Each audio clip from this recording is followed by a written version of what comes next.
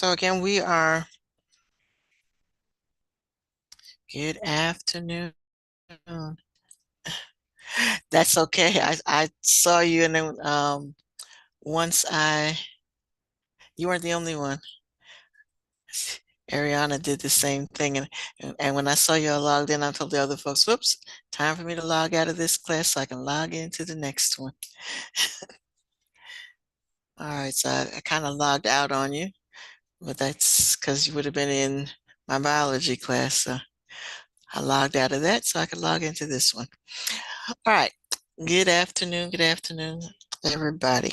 All right, so we are on a section that is looking at the advantages and disadvantages of things like, so first we're looking at the Green Revolution, then we're looking at the advantages and disadvantages of that, and did not do focus mode. There we go. All right.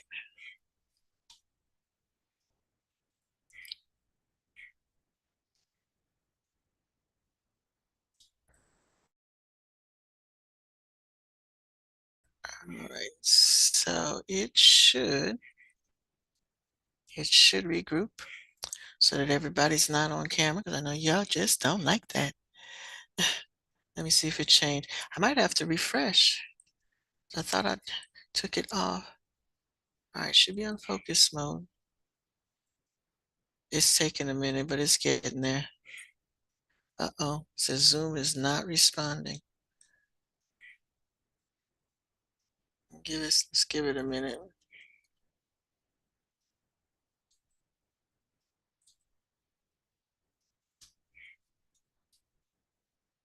All right. Okay. What I started to say before I realized that everybody was on camera. Did it take it off of, is it on focus mode or you're all still seeing each other?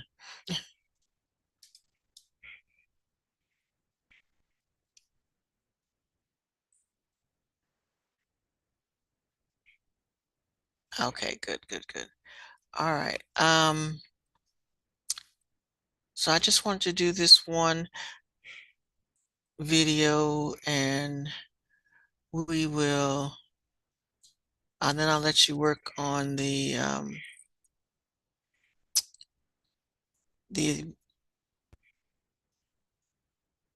AP classroom that's been assigned. I'm sorry, I'm trying to let somebody in at the same time I'm talking to you. I'm going to show this one video and then let you work on the AP classroom questions that go with the ones that we've already done. What I'm going to do for Friday is create a Canvas assignment. All of these videos end basically with the same question. What are the advantages or disadvantages of whatever the topic is that they are discussing? So I'm going to create it. This will help you too as a kind of like a graphic organizer where you create a advantage and disadvantage chart, and then you just have a list of all of the different things that they're talking about. And so that's what we'll do on Friday. So again, I'm going to show this one on 5.5. So we're looking at doing 5.3 through 5.6 and 5.14, and all of those are kind of lumped together under a similar topic. And then we'll go back and look at the other topics that are linked together. Okay. All righty, so let's look at this one.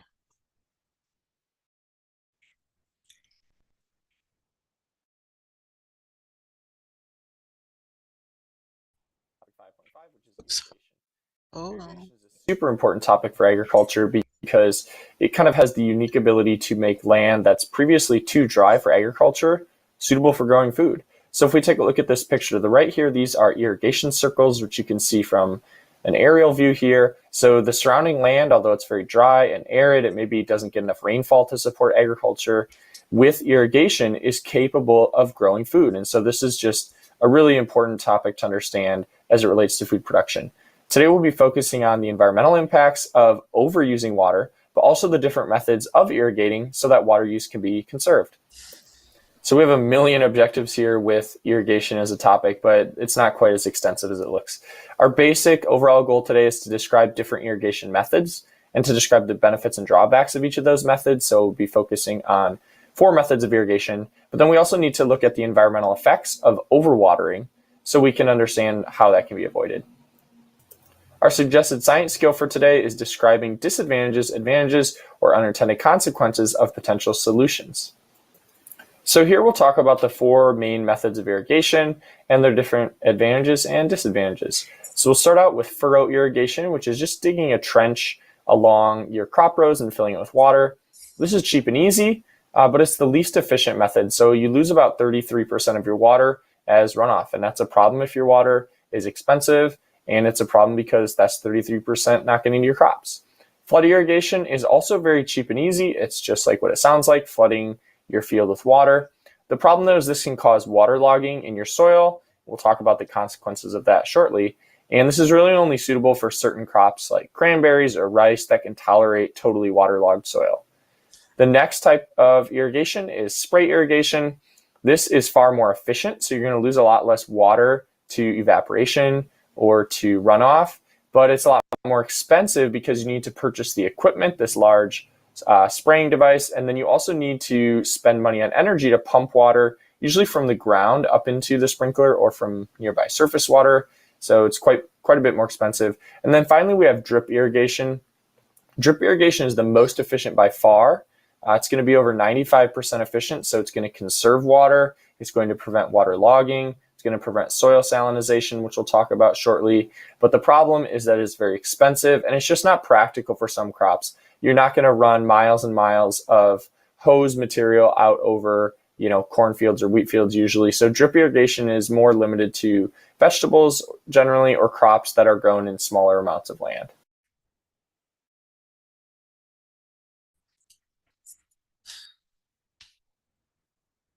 Bug problems?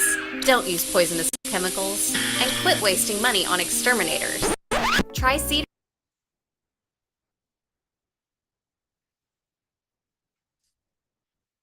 land. Now we'll talk about water logging, which is something that can happen with excessive water use. So when you water your crops more than the soil can hold, the water fills up all of the pore space in your soil. We can see that in the diagram here to the right.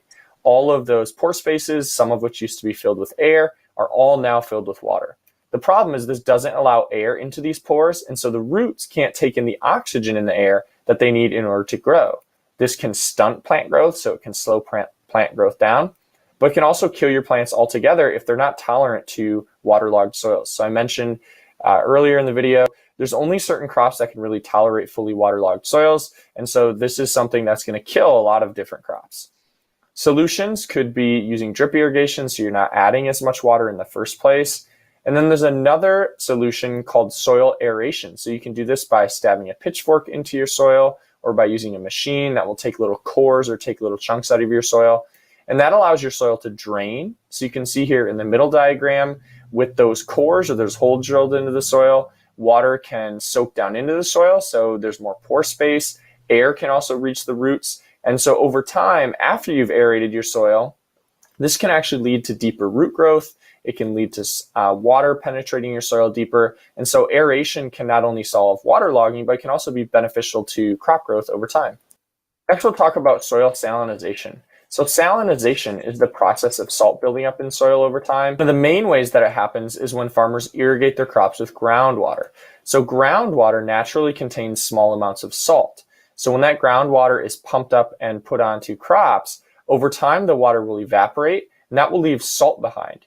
As this happens over years and years, that salt will eventually build up to a concentration that's so high that it may dehydrate the roots of the plants. It may not allow them to get the water they need. And so this can stunt plant growth, and it can even kill plants if they're not tolerant to high levels of salt.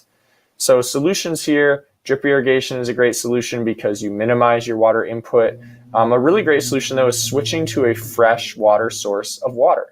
So instead of using groundwater, potentially using lake or streams that are fresh water, you could aerate your soil here as well. That would allow water to drain through and carry the salt and wash it down deeper in the soil where it won't be harming the roots. And you can even sort of flood or rinse out your soil by adding a bunch of fresh water to it, allowing it to run off and carry a lot of the salt all out of the soil, and then start over again with fresh water. So now we'll talk about how water is used globally. And because we're in the impacts of agriculture video for the day, you may have guessed that agriculture is the #1 use of water globally. It's about 70% of all water use. So that's really important we understand that. Second, we have industrial use. So this is things like manufacturing or power plants that generate electricity. Those use a lot of water. Then we have municipal settings, which are people's homes, things like their showers and their baths. And then finally, agriculture, which is the #1 use of water globally. And this is primarily giving water to livestock that people will eat eventually, or irrigation of crops that people will eat as well. Ladies and gentlemen, I want you to give a warm welcome to our friend, Mr. Bob Dylan. Bob Dylan is rich. Interesting commercials. Now we'll talk about aquifers and groundwater. So groundwater is just water that's stored in the pore space of sediments or rock layers. So we can see in this diagram here that above the water table, we have pores that are filled with both air and water. So there's some water in the soil there, but it's not totally saturated. And then below the water table, we get to an area where pores are completely filled with water. So this is what we would refer to as groundwater. And then aquifers are just groundwater deposits that are usable by humans. So aquifers are replenished by something called groundwater recharge. This is water that rains and then trickles down through the soil to be stored in these underwater deposits. Now we have different types of aquifers. We have unconfined aquifers, which if you look at the diagram, you'll see are aquifers that just exist below the surface of the ground, and they don't have any confining rock layer above them. So those are recharged really quickly. Confined aquifers, though, are aquifers that have a layer of impermeable rock both above and below, and so they can only be recharged at really small recharge areas, which you can see in the diagram. And so these are longer term storages of water. They're deeper in the ground, they're generally safer, they're generally less contaminated, but they recharge very slowly, so they're far more prone to depletion or overuse. People can draw water out of confined aquifers far faster than they can be recharged by groundwater recharge. So our suggested science skill for practice FRQ 5.5 today is to describe disadvantages, advantages, or unintended consequences with potential solutions. So I want you to describe how soil salinization occurs, then propose a solution to prevent it, and All right, I'm not going to ask you to do all of that, but I am going to add this. So I'm going to, like I said, on Friday, I'll have a big chart where you'll just put in, and it'll be broken down into from all of the topics that we've talked about, GMOs, pesticides, irrigation, and then you'll put in the advantages and disadvantages, because everyone ends with what are the advantages and disadvantages of using this practice. So we will fill that in on Friday. All right, so for today, I just want you to go in and finish those. Now, I've noticed some of you are watching the videos too that are in even though I didn't assign them, but you can watch them, and there's no problem with that. It's just that there's always 3 of them to this one. So, but you know, the more the merrier. But you are assigned the questions, so do make sure that you answer the questions. All right. And if you have any questions for me, be sure to ask. This day always goes so quickly. So we got about 20 minutes left for you to actually work on your AP classroom questions. Okay. Right.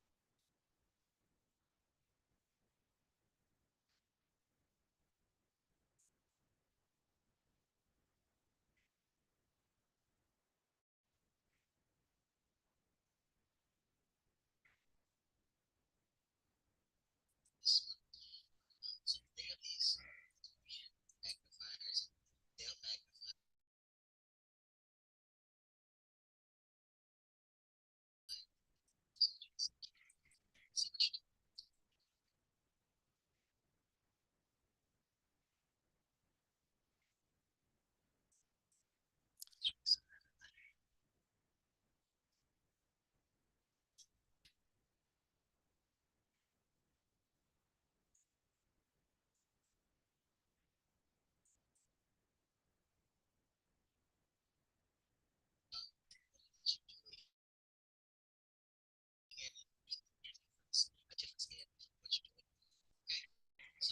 keep reminding you about this, but this is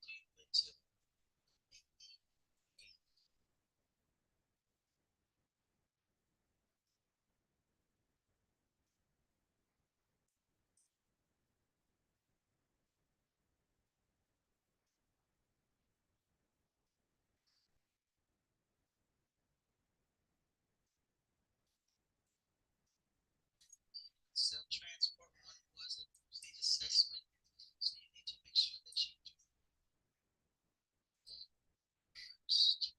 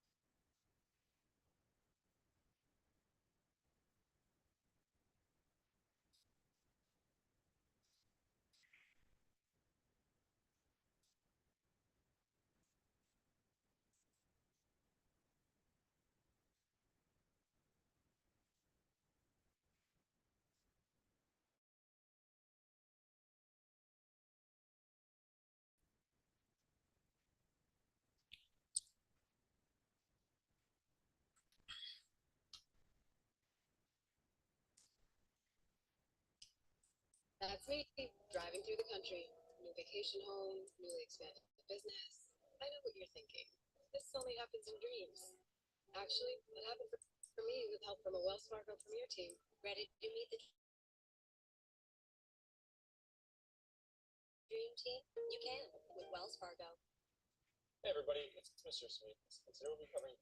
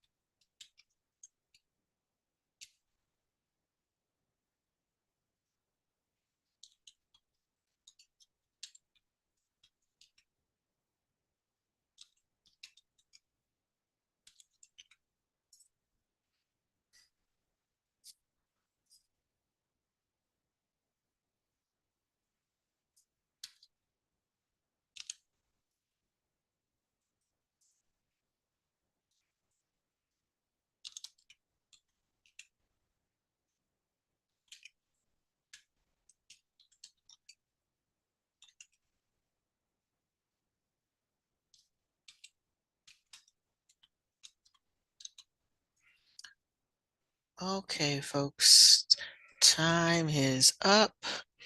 Please just make sure that you finish um, the assigned AP Classroom assignments. Again, on Friday, I'm going to have a chart for you to complete based on the topics that you've already read for you to submit for a grade that organizes those thoughts, so advantages and disadvantages. All right, you have a great rest of your day. See you Friday.